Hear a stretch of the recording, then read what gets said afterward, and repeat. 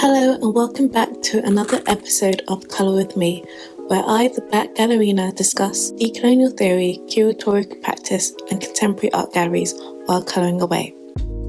Today I'll be discussing the politics of citation and interpretive text in contemporary art galleries. For this video, I'm colouring an image I drew of a photograph that I took of my friend Sabira for the promotion of their performance of Coffee and Cream. For tools, I'll be using the Ohuhu brush marker pens on the Ohuhu pad, and you can also find out more information about these materials in the description box. With all that said, let's get colouring. So during my first year working in a professional art gallery in Brighton, I was also completing my Gender and Media Masters, a degree I decided to pursue after several years working in feminist activist spaces. However, much like the mainstream feminist movement in this country, I found the overwhelming whiteness of the canon frustrating, and the lack of recognition and understanding of feminist theories and activism generated by women of colour deeply disappointing. The urge I felt to fill this void in my education meant that I quickly became interested in the causes, motives, and effects of including and excluding works from people who challenge Eurocentric knowledge. I was also interested in scholars and organisers who explored the politics of citation within their work. For example, the Cite Black Women Collective, a group I came to highly respect because of their focus on structural inclusion over basic representation on the odd reading list. On the collective's website, it says, "We must reconfigure the politics of knowledge production by engaging in a radical practice of citation that acknowledges and honours Black women's transnational intellectual production. Historically, the university has exploited Black women's labour, appropriated our ideas, and refused to give us the appropriate credit for our work." Another scholar whose work on citation influenced my thinking was Sara Ahmed, author of the book Living a Feminist Life. In her book, Ahmed wrote, "Citation is how we acknowledge our debt to those who came before, those who helped us find our way when the way was obscured because we deviated from the paths we were told to follow."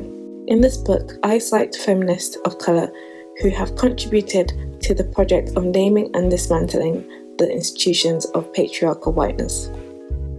Overall, the problems I encountered in my studies helped me identify similar issues within exhibitions, specifically the ways in which people erase or underrepresent the influence of artists of colour. While working in my gallery role, I particularly noticed this during the creation of interpretive text. In art curation, the term interpretive text refers to the text that introduces visitors to the narrative behind the artwork. Sometimes the text is formal and outlines simple facts about who made the piece and what the piece showcases. Other times the text is informal and in the voice of the artist, telling an interesting tale of the story behind the making of the work. The interpretive text can also involve a combination of informal and formal elements. Depending on the gallery, the assembly of this text can involve various people. In circumstances where an artist is unable or prefers not to write their own interpretive text, it is often the curator's role to lead on this task. Although in galleries where staff teams are small, this role is allocated to junior members of staff or volunteers who are given some form of guidance by the gallery. As someone who is in charge of communications at a contemporary gallery, I very much relied on interpretive text to help me shape a narrative that will encourage more people to visit the space. This process of creating and executing a communication plan would be straightforward if the artist or the representative was clear and specific about what their work was about, what or who influenced them, as well as their process. It was also useful when artists were open to suggestions on how to make the interpretive text more accessible. Although there were certain circumstances in which this was more difficult to do, for example, when an artist or curator was tied to more formal modernist art aesthetics and ideology and believed that exhibition required little or no interpretation, or where an artist claimed that the body of work was universal and spoke for itself. This was an attitude which, in my opinion, contributed to the inaccessible and exclusionary nature of typical white cube galleries. This part of my role also involved trying to avoid problems relating to misinterpretation or misappropriation. Therefore, an issue that I sometimes had to contend with was the inadequate representation of cultures of people of colour by white artists. Basically, we would occasionally host exhibitions where it was clear that the artist was influenced by the creative practices of specific people of colour. However, within the interpretive text itself, this influence would be underplayed or not cited at all.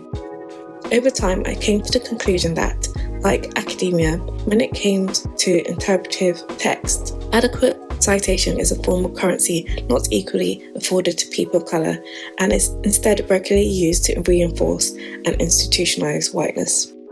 In times like these, I had to find ways to indicate that in a sector that is overwhelmingly white and Eurocentric, citing artists of colour is not just good practice, but a decent and respectful thing to do. This sometimes involved things like pointing out that squeezing in one line about being influenced by a trip to Africa or Asia was not specific enough and required further detail.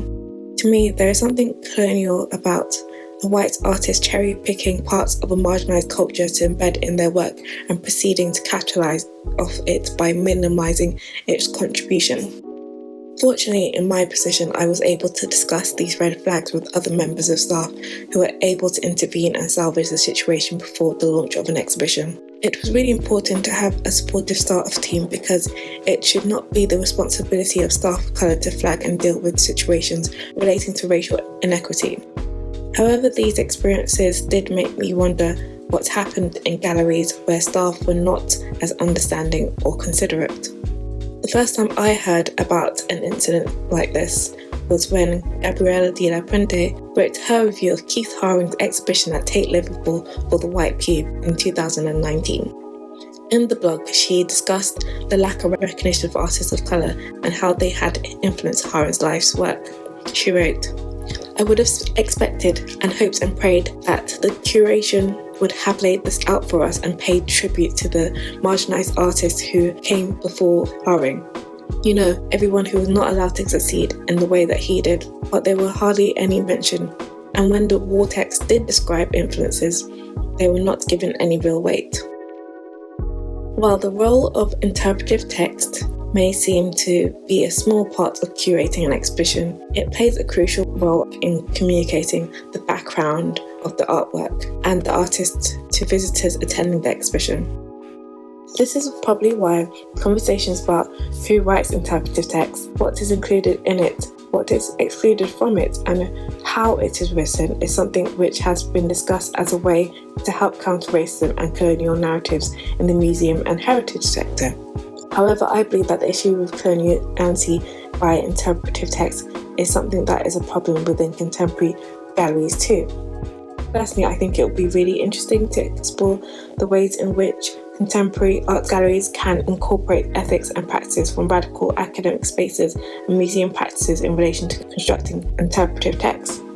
These discussions may help us to understand how we can incorporate anti-racist practices in a way that encourages us to decolonize our perception of valuable art and further our knowledge on global art and cultures. To conclude, when I say cite artists of colour, I do not mean name drop them and think that your job is done. When I say cite artists of colour, I mean do the research so you can thoroughly understand and explain the value of their contributions and consciously decenter whiteness by embracing the global majority. Well, that's it for this Colour With Me video. I really hope that it provided you with some food for thought, and I hope that you like how this piece turned out. If you enjoyed this video, then please remember to click that like button and subscribe to this channel so you don't miss out on any future uploads. Thank you for watching, take care and see you soon.